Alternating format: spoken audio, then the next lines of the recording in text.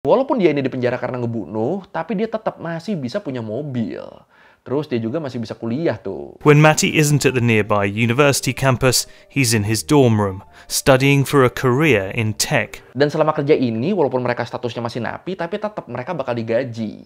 Gajinya mulai dari kita bahas penjara-penjaraan lagi. Mulai ketagihan nih gue kayaknya nih ngomongin penjara nih. Terakhir bahas penjara tuh kan kita bahas sekot ya. Penjara abadi buat gangsternya El Salvador. Dan ya model-modelan sekot gini, sebelumnya kan kita tuh bahas penjaranya tuh selalu yang serem-serem ya. Yang disiksa lah, dikurung sampai mati lah, segala macem lah. Nah makanya sekarang gue mau bahas penjara yang beda nih. Gue mau bahas penjara yang apa ya? Ya bisa dibilang menurut gue paling santuy di dunia lah. Ya gimana nggak santuy? Tahanan di sini tuh mereka tuh nggak dimasukin ke sel sama sekali loh. Dan mereka juga masih dibolehin ngakses banyak hal. Kayak mereka boleh punya mobil, kerja di luar, kuliah, bahkan boleh nerima tamu buat nginep di ruang tahanan mereka. Kosan di sini aja beberapa nggak boleh nerima tamu nginep kan? Kalah berarti sama penjara ya. Tapi ini gimana ceritanya ya? Kok penjara ini malah ngasih fasilitas buat napinya? Apa ini nggak bikin tingkat kriminal di sana makin naik? Yaudah kalau gitu langsung aja kita bahas penjara terbuka Finlandia. Penjara di mana para napinya ini masih bisa hidup bebas lah. Bahkan ada tahanan seumur hidup karena ngebunuh aja, dia ini masih bisa kuliah di luar loh. Di Learning by Googling. Oke, jadi selama beberapa tahun terakhir kan Finlandia tuh megang titel sebagai negara paling bahagia di dunia ya. Ya, walaupun gara-gara ini juga yang bundir di sana tuh jadi banyak. Ini udah pernah kita bahas belum ya? Kok gue ngerasa udah ya?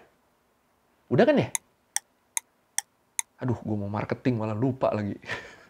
Ya intinya bener-bener di sana kesejahteraan masyarakatnya tuh diperhatiin banget sama pemerintah. Mulai dari kesehatan, pendidikan, sampai pekerjaan. Dan dalam ngasih dan ngerasain fasilitas-fasilitas ini, pemerintah sama masyarakat Finlandia tuh nggak mau ngebeda-bedain orang berdasarkan latar belakangnya. Semua harus ngedapetin fasilitas yang sama, termasuk mereka yang latar belakangnya nih kriminal.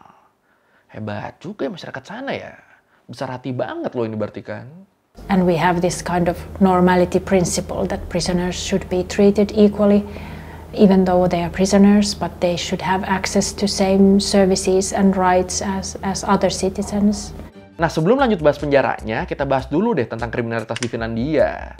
Sebenarnya di sana tuh kayak apa sih situasinya? Kalau menurut Statista, Finlandia tuh jadi salah satu negara yang punya tingkat penahanan terendah di Eropa. Dari setiap 100.000 penduduk, cuma sekitar 50 orang aja yang harus mendekam di penjara. Dikit banget ya. Padahal angka rata-rata di Uni Eropa tuh 117 loh. Dari 100.000 orang, ada 117 orang yang di penjara.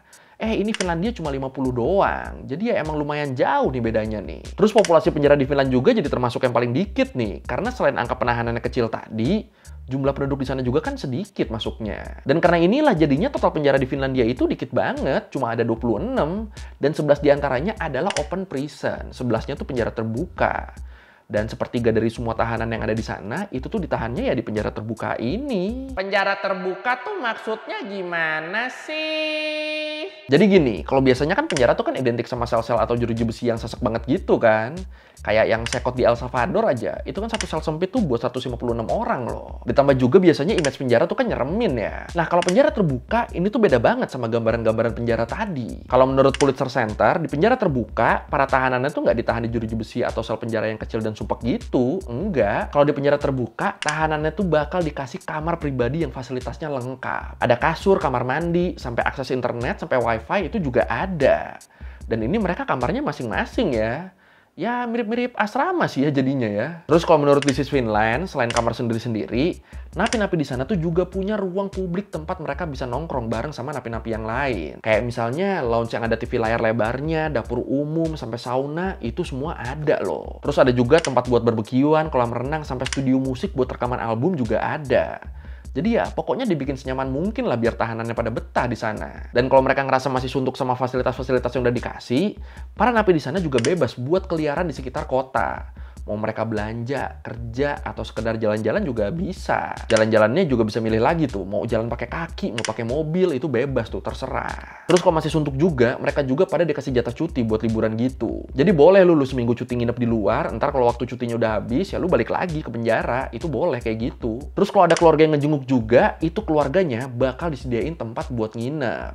Biar si napi bisa ngabisin waktu yang berkualitas sama keluarganya. Biar mereka tuh kumpul-kumpulnya enak lah. Ini beneran ngomongin penjara kan ya kita ya? kok gini banget ya? In Finland, however, many detainees are sent to low-security facilities where they interact with the local community, have jobs, and prepare a smooth return to society. Kita ambil contoh satu tahanan deh, Doi ini, namanya Mati. Mati ini, dia nih tahanan kasus pembunuhan loh, dihukumnya seumur hidup. Tapi ditahannya ya di penjara terbuka ini. Ini buat peraturan hukuman seumur hidup di Finland, ntar gue bahas detailnya di belakang ya. Agak-agak beda nih soalnya nih sama di kita atau di negara-negara lain. Nah, jadi Mati ini, walaupun dia ini di penjara karena ngebunuh, tapi dia tetap masih bisa punya mobil. Terus dia juga masih bisa kuliah tuh. Dan tujuan dia kuliah, biar nantinya bisa kerja di bidang teknologi. Ini kan gila ya, buat kejahatan selevel pembunuhan loh ini loh. Masih bisa, apa ya? Ya bisa dibilang cenderung hidupnya normal lah ya. Paling ya nggak normalnya harus tinggal di penjara. Tapi ini juga penjaranya kan nggak yang sel gitu kan. Lu dapat kamar sendiri lo, lebih kayak asrama lo penjaranya lo. Bisa gitu ya. This man is serving a life sentence for murder. I'm sorry, I'm a little body conscious, as you can see. I've gained a few pounds. A dip in the frozen lake behind the prison is part of his regular workout routine. When Matti isn't at the nearby university campus, he's in his dorm room, studying for a career in tech. Some entrepreneurship books, marketing books, user experience, all kinds of digital and IT studies. Nah, kalau menurut Global Voices, sistem penjara terbuka di Finland sendiri itu sebenarnya udah ada sejak tahun 1930-an. Cuma ya waktu itu bentuknya tuh lebih kayak koloni buruh gitu lah, di mana napi-napi yang ada dimanfaatin tenaganya buat produktivitas. Ya disuruh kerja buat pertanian, konstruksi, dan semacamnya lah. Jadi boleh mereka keluar area penjara, bahkan sampai kota buat dipekerjakan. Tapi ya selain itu sistemnya waktu itu masih sama kayak penjara-penjara lain ya. Tidurnya mereka masih di sel, selnya isinya banyak orang. Buat poin itunya mereka masih sama tuh kayak penjara-penjara yang lain. Sampai akhirnya di tahun 1960-an angka penahanan di Finland tuh jadi melonjak banget. Bahkan jadi salah satu yang tertinggi tuh di Eropa. Dan disinilah beberapa peneliti di negara-negara Nordik kayak Finlandia, Norwegia, Islandia. Ini mereka nih mulai nyelidikin bareng nih tentang sistem penjara yang ada. Mereka neliti bareng tuh kayak apa bener ya penjara tuh harus kayak gini, harus sel-sel kecil gini. Apa bener ya napi itu kalau kita perlakukan buruk itu mereka bakal berubah jadi orang yang baik karena kapok, karena takut masuk penjara lagi. Apa bener begitu ya? Ya intinya waktu itu tuh mereka mempertanyakan dan neliti sistem penjara yang kita pakai sekarang ini udah bener apa belum sih sebenarnya? Kalau emang udah bener kok jumlah tahanannya makin lama makin banyak ya? Kan kalau gini kan harusnya berarti ada yang salah nih kan? Dipikirin terus tuh sama mereka tuh. Dan dari hasil penelitian inilah mereka yakin kalau jawabannya tuh ya enggak. Ternyata sistem penjara yang mereka pakai waktu itu tuh nggak bener. Makanya akhirnya negara-negara Nordik termasuk Finland, mereka ini jadi ngebikin sistem penjara baru. Mereka jadi ngebikin sistem penjara terbuka ini. Sistem yang sebenarnya lebih mirip program rehabilitasi ya daripada penjara ya. It's a principle of normality that to arrange the contents of the prison so that there is not a huge difference with the outside world, which will make them, those who are in prison, easier to cope with the free society. Is there any opposition to the current system? Well, no. No, in that sense, because it has a long history. Terus kalau menurut European Journal on Criminal Policy and Research disebut kalau tujuan dari penjara terbuka ini tuh buat ningkatin kesiapan dan kemampuan napi buat nantinya ngejalanin kehidupan yang tanpa kejahatan. Terus tujuan lainnya tuh biar mereka terbiasa sama kehidupan sosial yang normal. Biar mereka nggak ngerasa dikucilin, biar mereka nggak ngerasa peluangnya dalam ngejalanin hidup tuh terbatas. Biar mereka nggak ngerasa begitu. Makanya selama masa tahanan mereka kan selalu dibiasain buat berbaur kan, nggak dikurung doang. Itu tujuannya biar bisa bersosialisasi sama sesama napi atau ya sama dunia luar lah. Jadinya nanti waktu masa tahanan mereka habis dan mereka beneran dilepas ke masyarakat, mereka nih jadi udah tahu apa yang bakal mereka hadepin. Jadi bakal lebih siap mereka ngadepinnya. Harapannya mereka nggak akan melakukan kejahatan serupa lagi. Jadinya mereka nggak akan balik ke penjara lagi. Endingnya jadinya nggak ada tuh residivis gitu. Ini keren juga ya efeknya ya. Apalagi terus kalau menurut The Word, selama masa penahanan di penjara terbuka ini, para tahanan tuh bakal dikasih kerjaan-kerjaan tertentu.